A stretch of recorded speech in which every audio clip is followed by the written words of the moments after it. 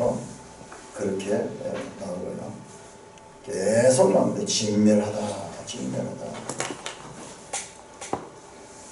신명기 7장에 너희가 가나안 땅에 들어가거든 그 땅 이 족속들을 하나도 남기지 말고 다 진멸하라는 그 약속에 의해서 지금 여호수아서는 지금 성취되는 것이에요.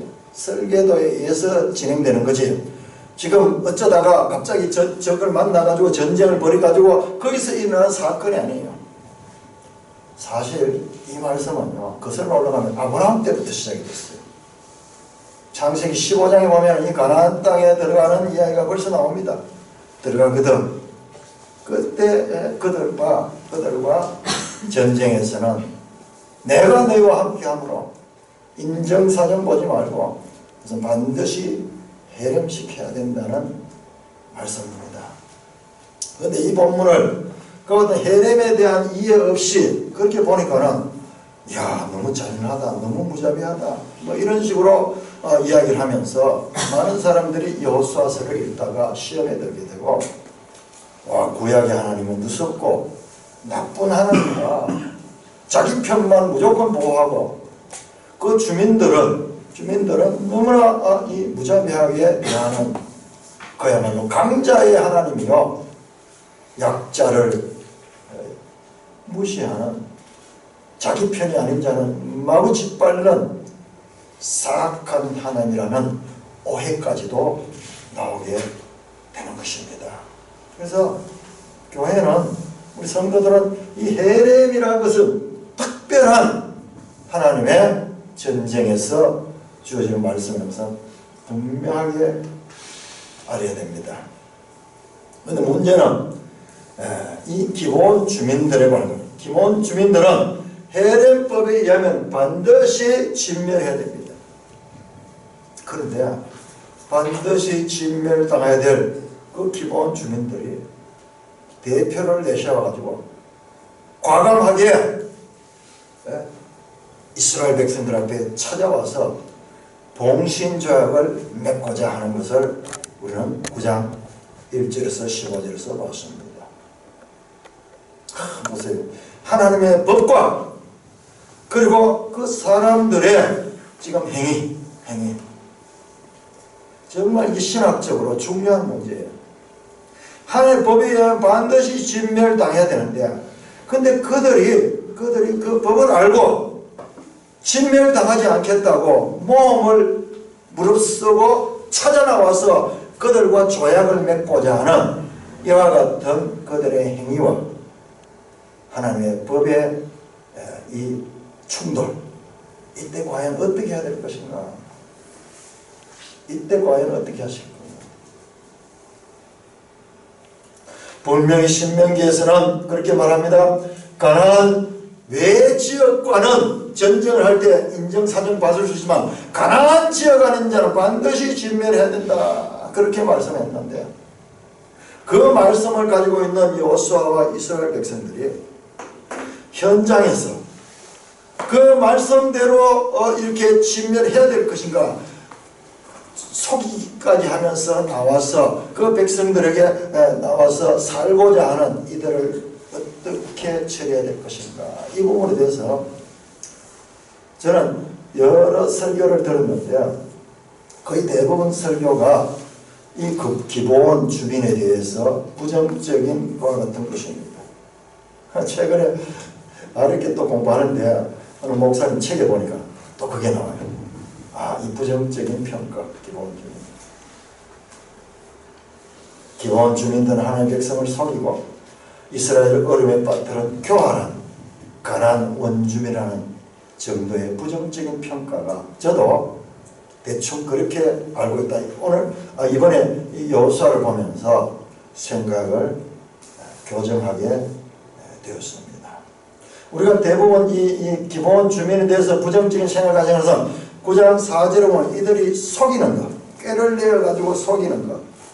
그 다음에 이스라엘도 마찬가지로 그 속임을 당해가지고 하나님께 묻지 않고 14절에 보면 이렇게 묻지 않고 그들과 조약을 체결한 것.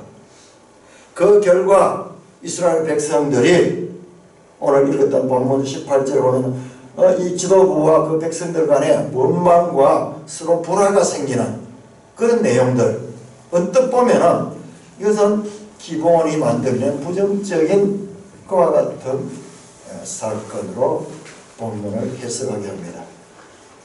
그런데 우리가 살고 있는 이 땅의 현실은요, 흑백이 분명하게 구별되고 법이 그대로 시행되는 그냥 평탄한 땅이 아니에요. 학교 운동장 같이 학교 운동장에 가면은 탁 평평하게 닦아가지고 그 가운데 아무런 돌도 없게 하고 그렇게 평평하게 해서 운동할 수 있도록 했는 그런 현장이 아니라는 말씀입니다.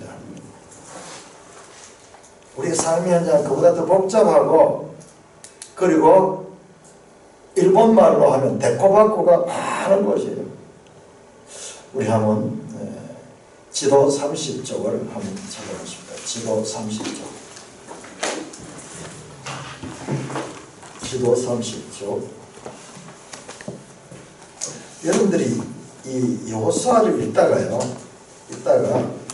여러 반복해서 이스라엘의 지형에 대해서 말하는 건 산지와 평지와 그리고 골짜기와 그리고 해안 지역 이러면서 9장 1절에도 그 지형에 대해서 말하고 10장 40절, 11장 1절, 그리고 11장 16절에서 1절, 또 12장 8절에도 산지와 평지와 그리고 골짜기와 뭐 이 이야기를 계속 하는 걸 보게 됩니다. 그리고 우리가 가지고 있는 이 지도책에 이 지형이 이렇게 나 있는데 이거죠. 이 골짜기, 이 요르단 지구대 가는 이 골짜기는 저 위로는 헬몬산으로부터 시작해서 물이 흘러가지고 이 갈릴리 호수를 거쳐가지고 쭉 그 다음에 사해로 오고 그 다음에 이 아래까지도 더 이어집니다. 그래서 지난번에도 말씀드린 이 요르단 지구대는 이 지구상에서 가장 낮은 곳이라고, 가장 낮고 긴 협곡이에요. 긴 협곡이 그러니까 푹 파인 곳이에요. 푹 파인 곳. 이 평야 지역보다도 요 해변에 있는 이 물의 이 수면의 높이보다도 훨씬 깊이 파야 돼요. 여기 나오네요. 여기 보니까 보세요. 여기 한번 보세요. 이 해변보다도 더 내려갔잖아요. 수면보다도 더 내려가면 그러니까 아주 여기는 골짜기가 깊은 곳입니다. 하나님께서는 이스라엘의 지형을 통해서도 말씀하셔요. 저는 이 하나님의 지혜예요. 많은 사람들이 그렇게 이야기하잖아요. 갈릴리 이 호수는요, 여기 생명의 땅인데 여기 고기가 얼마나 물반 고기 반이에요. 그런데 이 갈릴리 호수의 이 물은요, 이게 흘러갑니다. 요단강을 통해서 이 사해로, 사해는 더 이상 내려갈 곳이 없어요. 여기 이 지하 400m까지 낮았어요. 그러니까 물이 들어가 여기 다 고이는 거예요. 여기 이름 자체로 죽음의 바다예요. 죽음의 바다. 여기는 생명의 바다고, 갈릴리 바다는 생명의 바다고, 사해는 죽음의 바다, 소금 바다. 여기에도 메시지가 있잖아요. 여기에도 생명을 흘려보내는 곳이고, 생명이 더 이상 흘러가지 못하는 건 다 죽는 거 나중에요. 요 작은 땅에 전 세계에서 아주 독특한 그런 지형을 다 가지고 있는데, 여기가 이 산지고, 우리가 지금 주로 보는 게 이 지금 이쪽 부분 이 산지들이 쭉 산지가 연결이 되고, 그 다음에 여기에 쭉 여기 나오는 게 세펠라 가는데, 세펠라 여기 나오죠. 이게 평지고, 그 다음에 해안가가 있고, 이 골짜기 있고, 여기 또 고원지대요. 고원지대. 지금 이스라엘 백성들이 살고 있는 것은 이와 같이 지형 자체가요, 높고 낮고 내려가고 올라가고 이런 현장이에요. 이런 현장. 저와 여러분들이 살아가고 있는 현장도 그냥 평면이 아니고 법이 그대로 시행될 수 있는 그와 같은 종이 위에 그려진 설계도 같은 것이 아니라 우리의 삶의 현장은 이처럼 복잡하고 그리고 여러 가지 그냥 평면적으로 해석할 수 없는 그와 같은 시 아까 봤잖아요. 이 5 왕들이 숨어버리잖아요. 여기에 또 굴 같은 것들이 많은데 이 굴에 들어가 숨을 수도 있고 뭐 이런 곳이 우리가 살고 있는 삶의 현장이고 또한 여호수아의 이 배경입니다.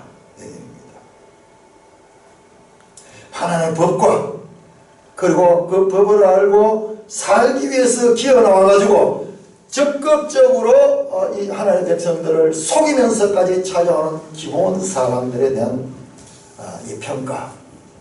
우리가 일반적으로 부정적인 평가를 많이 하고 있는데 과연 오늘은 하나님께서는 이 기본 사람들을 어떻게 평가하실까? 사람의 생각이 중요한 것이 아니고 하나님의 뜻이 중요합니다. 오늘 하나님께서는 과연 기본 사람들을 어떻게 평가하실까? 하나님의 뜻을 한번 찾아보는 시간을 가지도록 하겠습니다. 요즘 우리나라에 정말 놀라운 일이죠. 아마 우리나라 건국 이래 제일 큰 뉴스인 것 같아요. 지금 거의 한 달이 넘었을 것 같아요. 이 조국이라는 지금 법무부 장관 임명받은 사람 이야기가 계속 하면 청문회 때문에 또 청문을 하니 많이 하면서 하다가 시간이 나와다 다시 청문을 하면서 청문회 자기가 스스로 셀프 청문을 했다가 그 다음에 이제 또 이 야당이 요구를 해가지고 또 청문을 했다가 그러면서 지금까지도 이어지는데 이 조국 씨는 서울대학 교수에다가 미남에다가 그 다음에 그야말로 이 에리트 중에 에리트고 너무나 우리나라의 젊은 사람들에 의해 가지고 이 정의의 사도 같은 이미지로 알려진 분이에요. 글도 얼마나 많이 썼는지 그 요즘 SNS가 뭐 이런 걸 마루에도 뭐 몇 통을 쓰면서 자기의 생각을 드러내는데 그야말로 자기는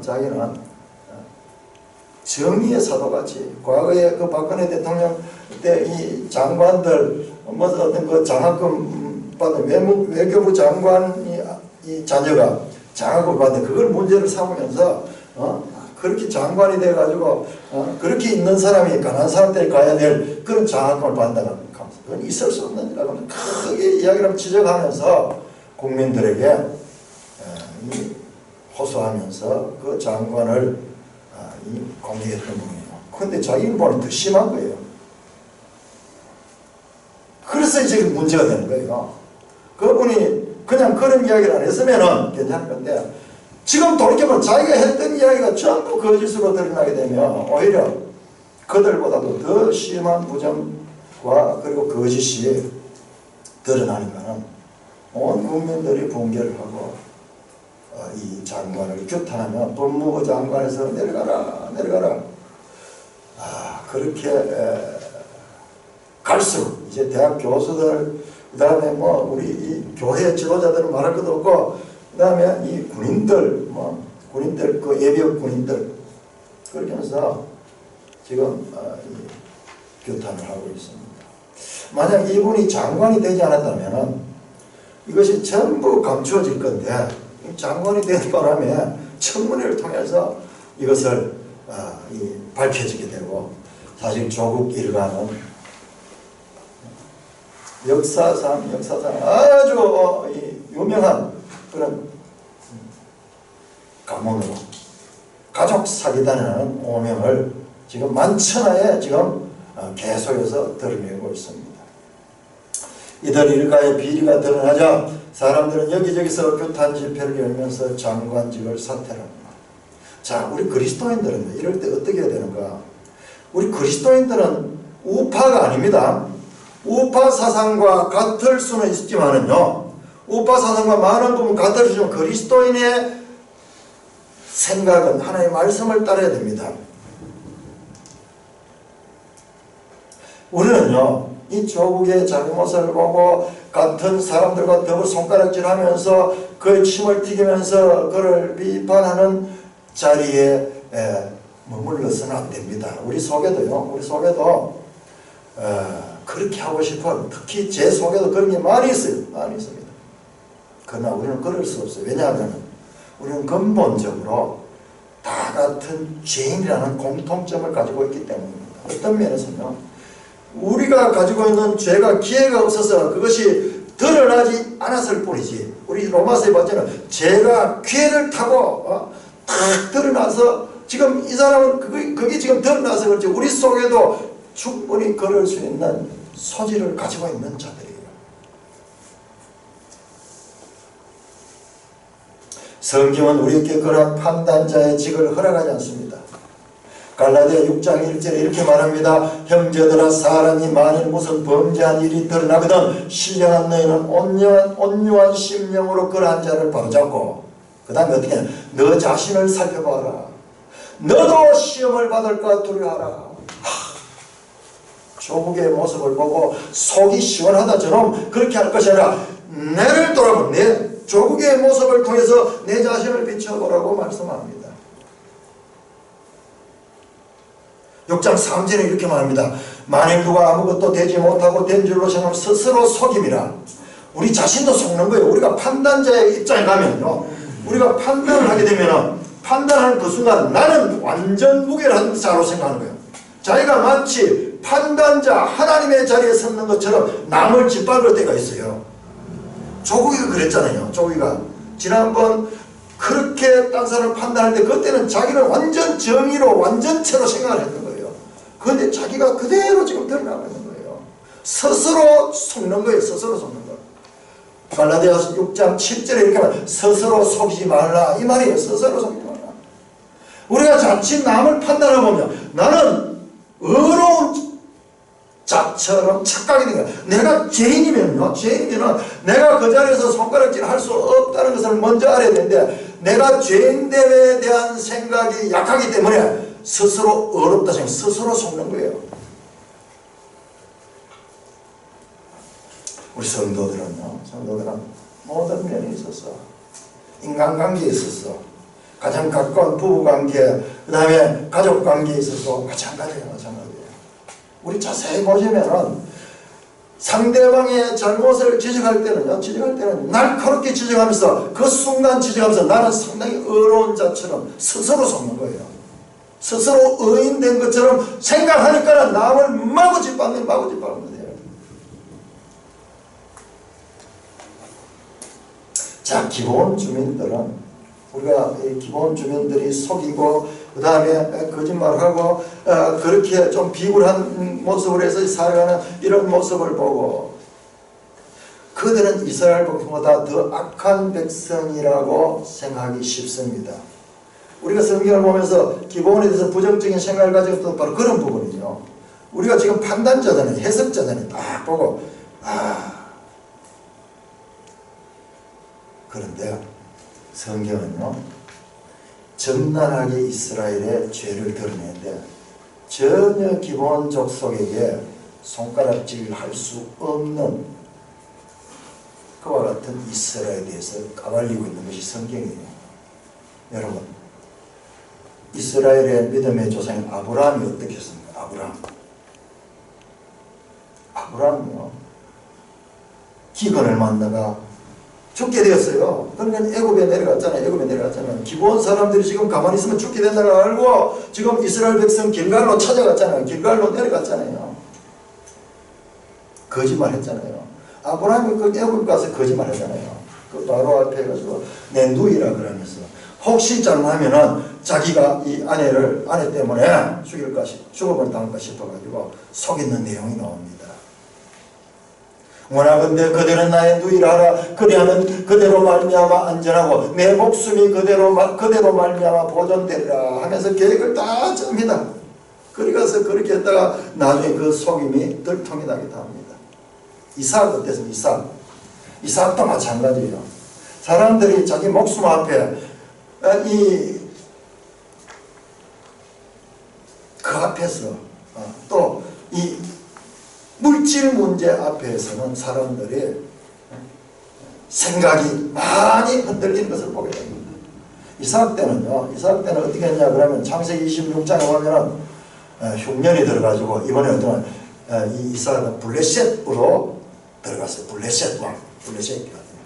거기에서 또 자기 아내를, 아버지가 했던 것과 똑같아 자기 아내를 자기 누이라고 그렇게 속였다가 그것도 덜통이 납니다. 낯선 나라에 갔어. 아브라함은 애굽에 갔어. 그리고 이삭은 블레셋에 갔어. 마치 이 기브온 사람들이 이스라엘을 찾아가서 했듯이 성경은 너는 이방 나그네를 압제하지 말라, 그들을 학대하지 말라, 너희도 애굽 땅에서 나그네였음이라. 계속 나그네에 대한 이 사랑과 보호, 이 말씀이요 계속 반복했습니다. 너희는 나그네를 사랑하라. 전에 너희도 애굽 땅에서 나그네였다. 착각하면 안 돼요. 신약 성경은 우리 성도들을 나그네라고 합니다. 너희가 나그네로 있을 때를 두려움으로 지내라. 우리는 이 땅의 나그네들이에요. 나그네들.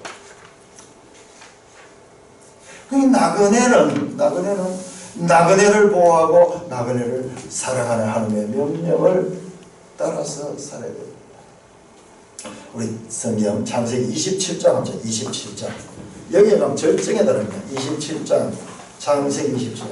야곱과 리브가가 자기 아버지 이삭을 속이는 장면.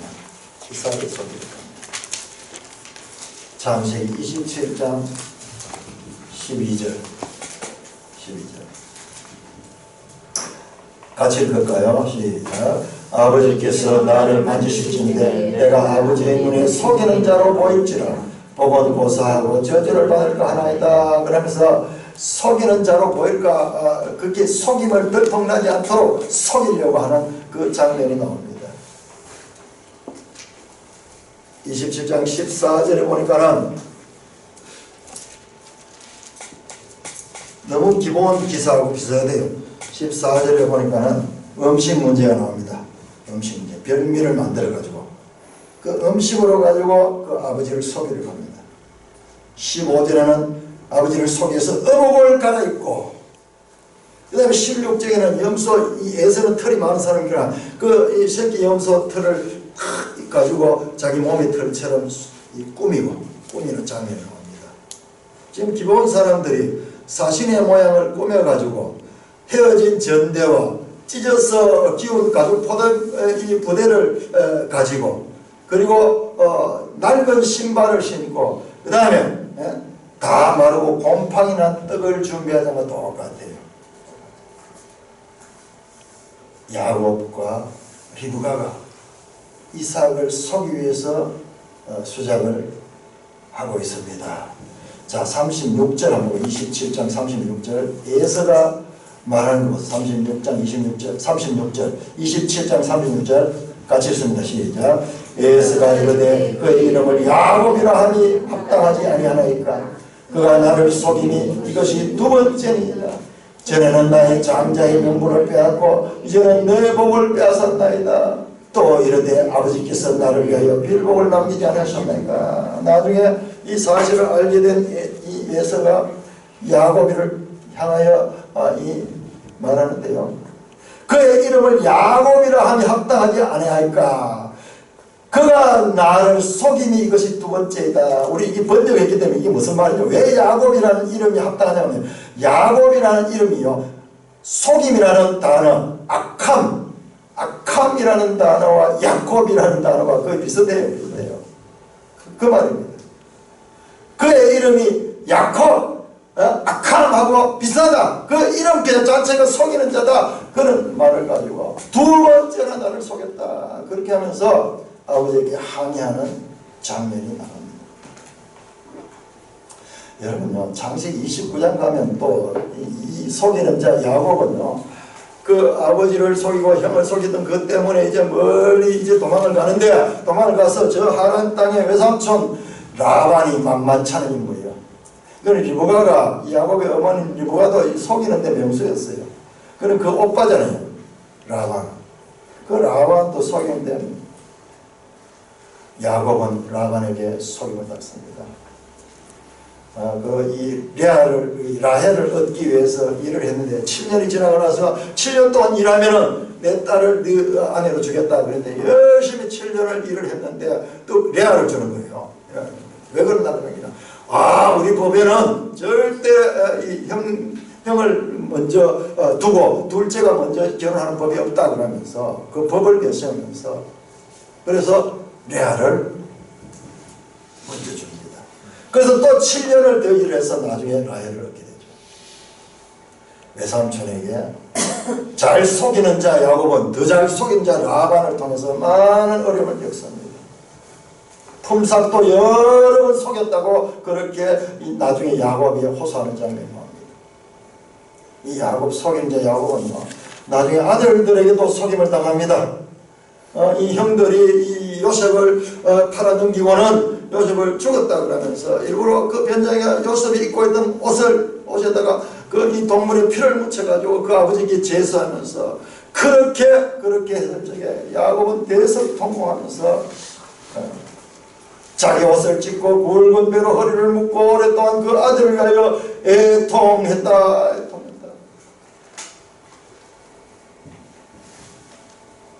창세기 34장에는 12아들들이 세겜 사람을 속이는 내용을 한다. 하몰의 아들 세겜의 세겜을 속이기 위해서 그들에게 할례를 행해가지고 그들을 다 죽이는 장면이 나옵니다. 또 창세기 38장에는 유다가 며느리를 속이는 장면이 나오고 며느리를 속이는 유다는 다시 그 며느리부터 속임을 당하는 기사가 나옵니다.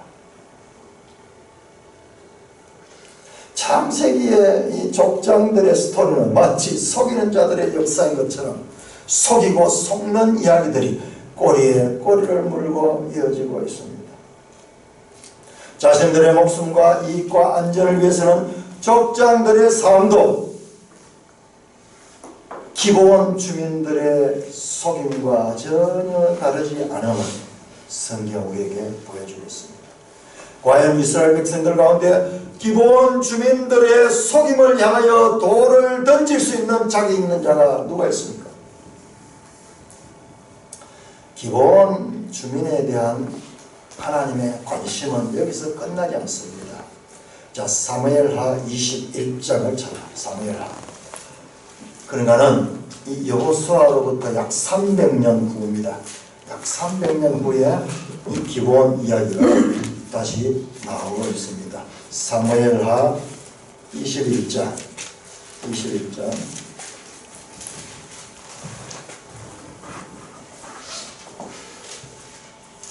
2절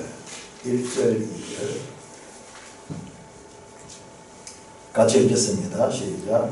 다윗이 해를 거듭하여 3년 기근이 있으므로 다윗이 여호와 앞에 간구하며 여호와께서 이르시되 이는 사울과 피를 흘린 그의 집으로 말미암으니 그가 기브온 사람을 죽였음이라 하시니라. 기브온 사람은 이스라엘 족속이라. 그들은 아모리 사람 중에서 남은 자라. 이스라엘 족속들이 전에 그들에게 맹세하였거늘 사울이 이스라엘과 유다 족속을 위하여 열심히 있으므로 그들을 죽이고자 하였더라. 여호와니 기브온 사람을 불러 그들에게 물으니라. 이게 성경입니다. 성경 이야기는요 이렇게 연결되고 있는 거예요. 연결되고 있는. 그런데 이 성경을 다른 책 읽듯이 그냥 중간중간 잘라가지고 그것을 보게 되면은 많은 경우 하나님의 뜻을 오해할 수가 있어요.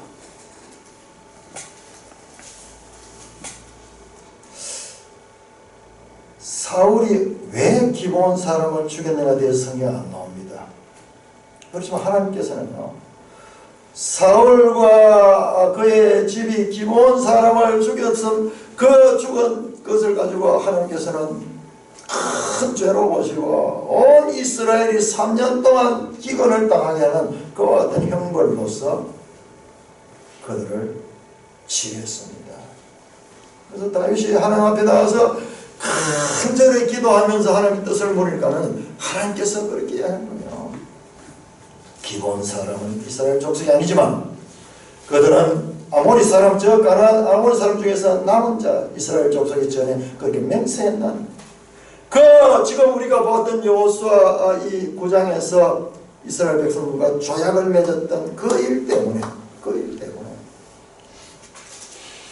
이스라엘 족속 안에서 살고 있는 그와 같은 사람인데, 사울왕이 어떻게 했냐, 이스라엘과 유다 족속을 위하여 열심히 있으므로 마땅치 않다는 거예요. 이방인 가나안 족속들이 그 속에 있는 것이 마땅치 않기 때문에 이스라엘과 유다 족속을 위한 열심을 가지고 소위 민족주의적인 그런 생각을 가지고 이 기본을 주겠다는 것입니다. 아마 많은 백성들은 그것을 지지했을 수도 있어요. 그러나 하나님은 그것을 결코 용납하지 않았습니다. 자, 우리 지도책 149쪽, 149쪽. 제가 대충 이 지도를 보면서 왜 그랬을까 하는 것을 짐작을 할 수가 있습니다. 성경에 안 나와요. 149쪽을 한번 보시면, 149쪽 보시면, 자, 여러분, 기브온이 어디냐 그러면은, 요 사해 건너서 요 부분. 기브온, 여기 나오죠, 기브온. 좀, 요 부분만 확대해 주겠어요. 요 부분만. 여기가 나중에요, 이스라엘 12지파 가운데 베냐민 지파가 땅을 차지한 거예요. 여기 기브온 나오죠, 기브온. 여러분, 사울이 무슨 지파입니까? 베냐민 지파입니다. 베냐민 지파 기스의 아들 사울. 그래서 이 사울의 고향이 기브아예요. 기브아. 이름 비슷해요. 어째서 그러지? 자, 그 과정은 모르겠고, 이 기브온 주민들과 이 기브아 사람들, 이 베냐민 지파 안에 살고 있었어요. 근데 이 사울이 왕이 되어가지고, 자, 가까이 있으면서 이 서로 이 다툼도 있을 수 있을 것 같고, 뭔가 문제가 있을 것 같아요. 그래서 이스라엘과 유다 족속들이 원하니까는 그러니까 이 기브온 사람을 죽였습니다. 그런데 하나님은 그의 행위를 통해서 뭐냐? 이스라엘 족속과 기브온 족속들이 맺은 그 언약하고 조약을 맺고 맹세했던 그것을 범했는 것을 가지고 사울을 지금 책망하고 있습니다. 그 뒤에 이어지는 내용들 보면요, 정말 눈물 나는 내용이 나와요. 이 다윗이 그 기브온 족속들에 가서 하나님 뜻을 알고 이 사울 왕이 잘못했구나, 내가 너희를 위하여 어떻게 하면 좋겠느냐. 그러니까 그들이 이 원한 섞인 마음을 가지고 그들이 했는데, 이것은 우리 돈 문제로 해결될 거 아닙니다. 우리나라 지금 위안부 문제, 일본에 돈 가지고 왔다 가느냐, 그 문제 아닙니다. 그걸 요구하지 않고. 그렇게 하면서 사울의 후손 7사람을 처형해달라는 거예요. 그래서 사울의 사울의 아들들 7사람, 사울이 이제 첩도 있고 이러니까는 그 가운데 7사람 해서 거기다 나무에 달아가지고 거기는 해가 져도 내려지도 않았어요. 내리도 안 하고. 그래서 오랫동안, 그래서 그 사울의 첩 중에 한 사람인 그 여인이요, 그 자식이 그 둘이나 거기에 매달리게 됐어요. 그래서 통과하면서 그 풍찬 노숙하면서 거기다 텐트를 치고 거기 있으면서 새들이 날라와서 그 시체를 쫓지 못하도록 그 새들을 후치고, 다른 또 덕짐승들이 와서 그 시체를 해하지 못하도록 하면서 그 시체를 지키는 그 내용, 어머니가요, 그 어머니가 울면서 그 시체를, 그 내용들이 그 21장에 나옵니다. 다윗이 그 소문을 듣고요, 가슴이 아파가지고, 그래가지고 이 사울의 시신이 어디냐 하면, 사울의 시신은 또 딴 데 있었어요. 맞죠? 그 사울의 시신과 사울의 아들 요나단의 시신도 다 수습하고, 이 사람들의 시신도 다 수습해가지고 같이 그렇게 이 매장하는 내용이 사무엘하 21장에 나옵니다.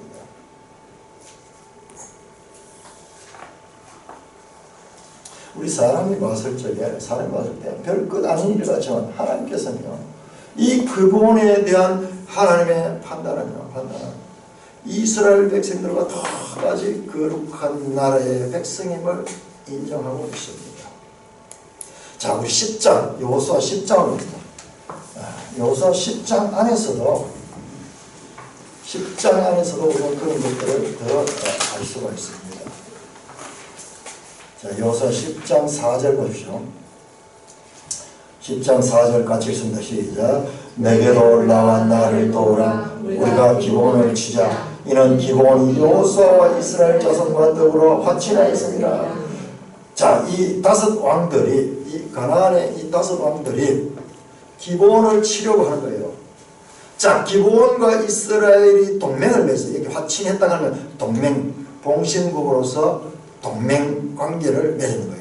그래서 자기들로 봐서는 기본이 배반했는 거예요. 그러니까 이때부터 가나안 족속들과 기본은 적대적인 관계가 되는 거예요. 적대적인 관계가 되는 거예요. 그래서 그거 보면요, 이 10장의 전쟁은 이들이 이스라엘을 치는 게 아니에요. 이들이 기본을 치러 왔습니다. 기본을 치러 왔습니다. 그때 이 동맹관계, 이 조약을 맺었던 기본 사람들이 어떻게 하냐? 급히 달려가지고 길갈로 내려가면 길갈로. 10장 6절부터 내용을 보시면요. 10장 6절은 기본 사람들이 길갈 이 진영의 사람을 보내어 여호수아에게 전하되. 길갈 알죠? 여리고 옆에 저 멀리 떨어져 있습니다. 이 저지대에 있는 거기로 대표단을 보내가지고 빨리 보내가지고 지금 우리를 도와달라. 왜? 동맹관계이기 때문에. 동맹관계. 동맹은요, 적에 의해서 공격을 당할 때에는 같이 피를 흘리면서 전쟁에 참여됩니다. 그러나 이 기본 사람들은 원래 있던 가나안족들과 지금 적대적인 관계로 돌아서게 되었어요. 이스라엘과 동맹은 이 가나안 사람들과는 적이 되는 그와 같은 것입니다. 그리고 이 전쟁에서 여호수아가 이 참전하고요, 하나님이 보냅니다. 하나님이 가자, 내가 너희와 함께한다. 그러면서 하나님께서 이 전쟁에 강력하게 역사해서 우박을 내려가지고 칼에 죽은 사람보다도 우박에 죽은 사람이 더 많고요. 그 다음에 해가 멈추고 달이 넘추는 그와 같은 전무후무한 기적도 이 전쟁에서 나타납니다. 기본을 돕기 위한 전쟁에서 나타났다는 말씀입니다.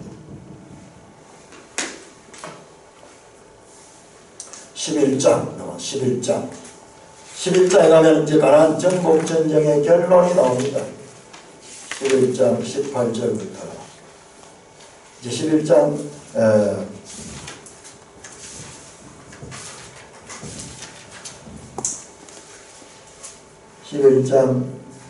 17절까지고요. 17절까지가 11장 1절에서 17절까지가 이제 가나안 북방과의 전쟁입니다. 이것도 아주 큰 내용이 되게 압축되어 있어요. 짧게 되어 있어요. 왜 그러면 이 전쟁은 이스라엘 백성들이 좌우고 우면하지 않고 하나님 말씀대로 그대로 싸웠습니다. 그러니까 설 일이 별로 없는 게요. 하나님의 전쟁은 무조건 하나님 승리예요. 그래서 딱 가는 데마다 곳곳마다 승리합니다. 하솔왕 야빈 나중에 불살라 죽습니다. 그리고 그 하솔 다 불살라가지고 그 성을 불태웁니다. 진멸하여 바칩니다. 자, 18절부터 11장 18절부터 23절까지 지금까지의 전쟁, 소위 이 여리고 성부터 시작해서 가나안 북쪽까지 이 전쟁 전체를 다 포함하는 그 결론의 내용이 거기에 나옵니다. 18절입니다. 11장 18절 여호수아가 그 모든 왕들과 싸운 지가 오랫동안이라. 이 짧게 기록되어 있지만 이 성경학자들 한 7년 걸렸다. 그렇게 이 전쟁이 7년 걸렸다. 19절은 기브온 주민 히위족 속에 거주하는 기브온 주민 히위족 속 외에는 이스라엘 자손과 화친한 성읍이 하나도 없고 이스라엘 자손이 싸워서 다 정리했다. 유일하게 가나안 족속들한테 이 기본 주민들만 동맹을 맺었다는 거예요. 자, 20절에 보면은 그 나머지 전부 다 이스라엘에서 점령당한 나머지 가나안 백성들은 어떻게 했을 거냐? 그들의 마음이 완악하여 이스라엘 대적하여 싸우러 온 것은 여호와께서 그리하신 것이라. 그들을 진멸하여 바치게 하여 은혜를 입지 못하게 하시고 여호와께서 모세의 명령대로 그들을 멸하다. 총 결론에 가는 거죠. 이 결론이 그 가나안 다른 족속들이 마음이 완악해서 이스라엘을 하여 대적한 것은 하나님께서 그렇게 역사하신 것 때문인 것입니다. 그들을 해내한 것, 진멸하여 바치게 한 것은 하나님의 뜻이라는 것입니다.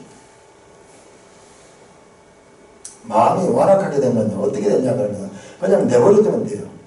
하나님께서 역사하시지 않고 그냥 내버려두면 사람이 이 죄가 자기 중심적으로 되면서 마음이 완악하게 됩니다. 로마서 1장 24절, 26절, 28절에 하나님께서 그들을 내버려두니까요. 온갖 죄가 다 일어나면 죄가 다 일어납니다. 마음의 완악함이란 뭐냐 그러면요. 하나님을 인정하지 않고 자기 생각과 자기 판단을 절대화할 때 하나님이 개입할 여지가 전혀 없을 때 마음이 완악해 됩니다. 여러분 우리 마음을 자세히 한번 들여다보세요. 우리가 갑자기 마음이 확 굳어져 가지고 뭔가 큰 일을 저지를 때 판단력이 마비되고 갑자기 그 순간 우리가 완악함에 사로잡힐 때 그와 같은 큰 일들을 저지르게 됩니다. 여유가 없어요. 여유가. 이 성각 가운데 성령이 역사할 여유가 없고 하나님의 말씀이 들어올 여유가 없이 자기 생각으로 꽉 사로잡힐 때, 자, 가나안의 다른 백성들이 완악함 때문에 전멸당하게 되었다 그러면 기본 주민들은 완악하지 않았는 것도 하나님의 역사예요. 하나님의 역사. 우리 이 단어 한번 다시 한번 영상 한번 띄워주겠어요. 지난번에 수요일날 봤던 그 단어를 다시 한번 보겠습니다. 지난 수요일은 제가 해석을 못 따르는데 꾀를 내었다. 꾀를 내어 사신의 모양을 꾸미다. 기본 사람들이 꾀를 내어가지고 이스라엘 백성을 속였는데 과연 꾀를 낸다 하는 이 단어가 히브리어로 올마인데 올마가 평소 사용되는 것은 대부분 교활하다, 가일, 와일, 교활하다. 전부 좀 부정적이에요. 부정적이에요. 간혹 가다가 민감하다, 또는 지혜롭다, 또는 사려 깊다는 그런 의미도 가지고 있습니다. 거의 대부분 앞쪽의 것이 많이 사용돼요. 그런데 우리 지금 이 기본 기사에서 이 올마는 우리가 앞뒤를 다 생각을 해보면 오히려 이 후반 쪽이 가까워요. 하나님 말씀의 뜻에 민감하고 또 하나님의 지혜를 받아가지고 사려 깊은 행동이었다. 이 간사함과 교활함보다는 빈틈없이 그리고 빠르게 판단했던 그런 의미가 있는 것 같아요. 그러니까는 이 번역이라는 것이 얼마나 어려워요. 그냥 이 번역할 때 문맥을 통해 가지고 이 단어를 그 뜻을 찾아야 되는데 이 올마라는 단어가 우리가 성경의 문맥을 통해서 보면 오히려 하나님이 그 마음을 어루만져 주셔서 지혜롭게 해주셔서 살 길을 찾아나온 자기들의 그 어떤 수치심이나 자기들의 자존심이나 자기들의 어떤 그 기득권을 다 버리고 적극적으로 찾아나오는 그와 같은 것은 하나님께서 그들의 마음을 만져줬기 때문이 아닌가, 그렇게 생각할 수가 있게 됩니다. 마음을 완악하게 하신 분이 하나님이시라면 마음을 지혜롭게 한 것, 마음을 부드럽게 한 것도 여호와 하나님이 아니겠습니까? 여호와 하나님은 애굽의 바로의 마음을 완악하게 하셔서 그 바로로 말미암아 하나님을 대적하면서 그와 같은 열장을 내리고 마침내 출애굽하게 하셨던, 홍해를 가르시고 이스라엘 백성들을 끌어내셨던 것처럼, 우리 본문에서는 이 기본 사람들의, 가나안 사람들의 마음을 완하게 하셔서 하나님께서 그들을 다 정복하게 하셨습니다. 이스라엘 적들은 완악함으로 하나님의 징계를 스스로 자초했습니다. 아울러 그들의 완악함으로 하나님의 크신 능력과 영광을 드러내게 했습니다. 만약 그들이 전부 다 기본 사람들 같이 다 숙이고 나왔으면 하나님의 영광이, 하나님의 능력이 나타날 그런 기회가 없었을 거예요. 이것은요, 또한 그 전쟁의 승리가 이스라엘의 힘과 공로가 아니라 하나님께서 선리케 하신 전쟁이, 그래서 하나님의 전쟁이신, 하나님의 영광을 돌리는 그와 같은 전쟁으로 드러내고자 하는 의도가 그 속에 있습니다. 하나님께서 이스라엘의 적으로 완악하게 하시면 하나님이 인간의 의지를 지배하는 주의심을 말해 주시기도 하는 것입니다. 기본 주민들의 꾀를 내어라고 번역된 그 오람, 오히려 그 기본 주민들은 그 마음이 부드럽고 지혜로웠어. 하나님의 말씀이 그들의 마음에 소문을 들어서, 소문. 여러분, 이 소문이 사람들에게 들릴 것을 하며 신명기에서 말씀합니다. 그 소문을 통하여서 그들은 적극적으로 마음을 부드럽게 하여 굳은 마음을 가지고 대적하지 아니하고 구원의 길로 찾아오게 나오게 한 것을 통하여서도 이 기본 사람들의 마음을 하나님께서 만졌다고 우리는 볼 수가 있습니다. 사랑하는 형제자매 여러분, 여호수아 9장에서 11장까지, 자, 우리 이 지도책 137쪽 한번, 137쪽.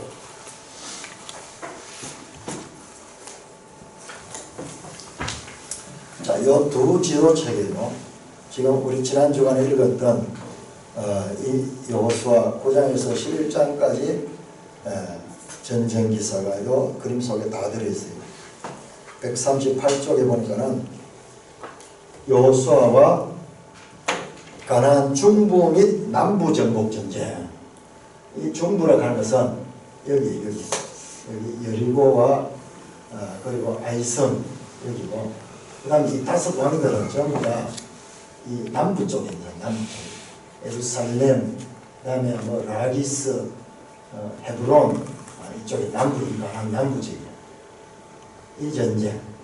그 다음에 139쪽에는 자, 이렇게 이스라엘 백성들이 이 남부 정복을 끝내고 길갈에서 올라갔던 것 같아요. 길갈에서 이렇게 쭉 올라가서 이 북부 지역 일로 올라가서 이 북부 메롬에서 전쟁을 합니다. 그래서 이 북부 전쟁에서 이 적들이 도망갔던 길이고 여기를 정복합니다. 그래서 이 북부 전쟁, 이 내용들이 이 그림 속에 다 나타나고 있습니다. 성경은 이와 같은 남부와 북부 정복 기사를 관통하면서 끝까지 기본 주민들에 관한 관심을 잃지 않고 있습니다. 제일 마지막에 가서도 기본 주민들 외에는 그 이스라엘 백성과 화친한 성읍이 하나도 없다, 그렇게 말씀합니다. 마치 여리고 성을 정복할 적에요, 가장 먼저 관심이 뭐냐, 라합과 그 가족들을 분리해서 그들을 구하는 그와 같은 장면을 우리가 보았습니다.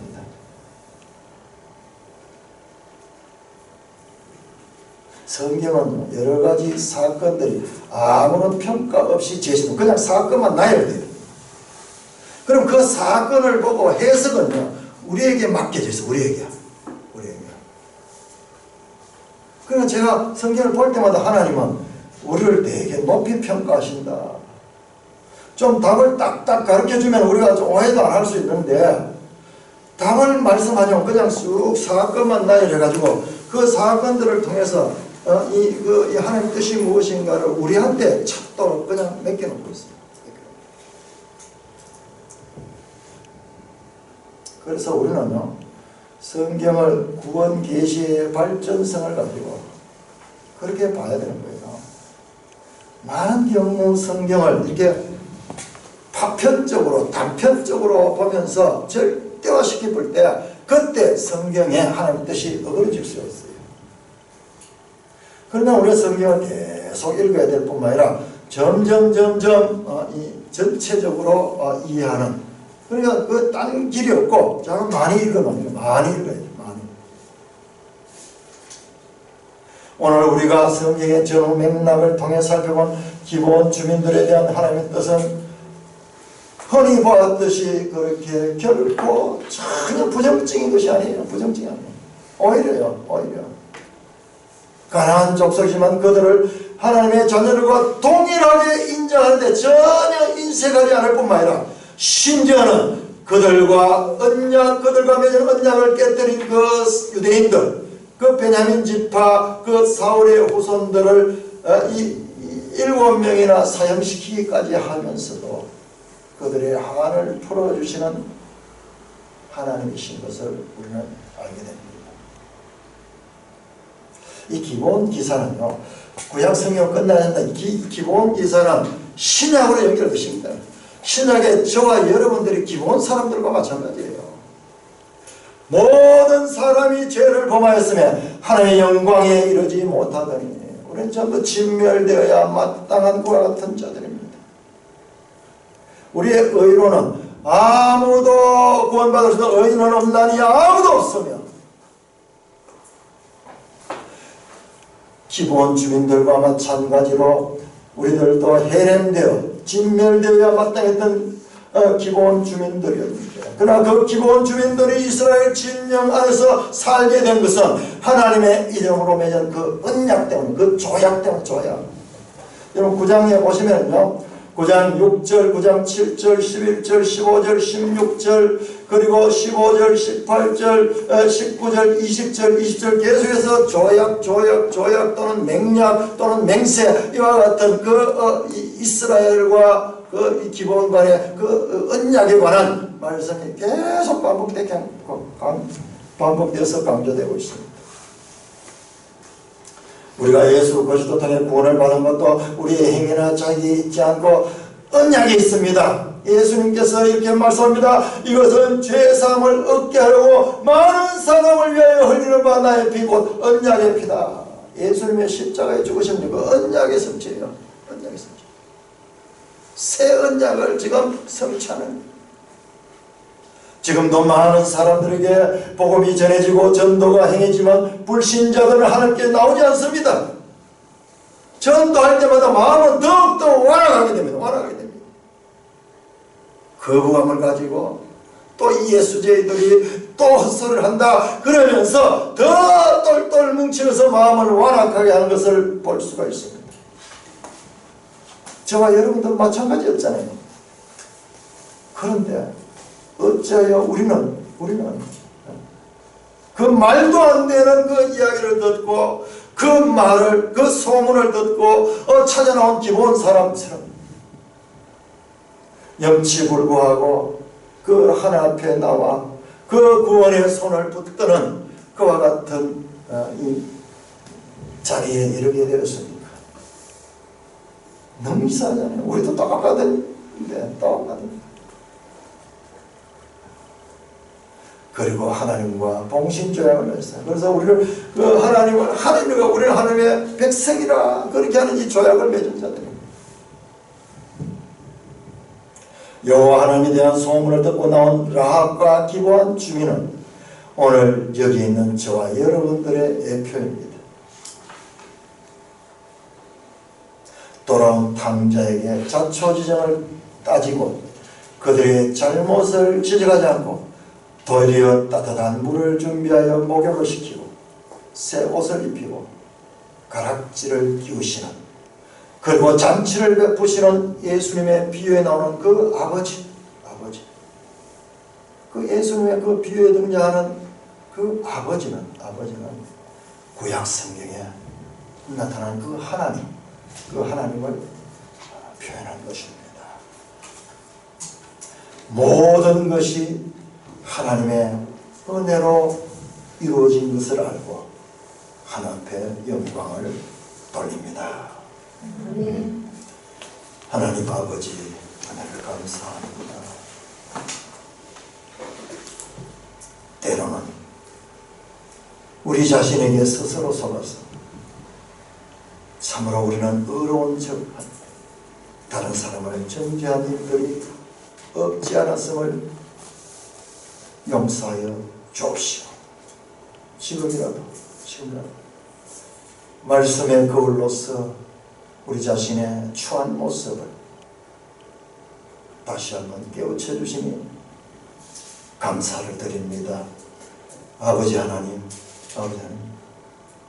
우리가 하나님의 자녀된 것은 우리의 의나 자격이 아니라 오직 하나님께서 우리의 마음을 만져주시고 우리를 인도해 주셨어. 은혜를 입어서 하나님의 자녀된 것임을 다시 한번 고백하고 감사를 드립니다. 아버지 하나님, 그 아버지의 성품을 본받고 닮아서 과거 저희들처럼 복음이 전해질 적에도 굳어진 마음을 가지고 있는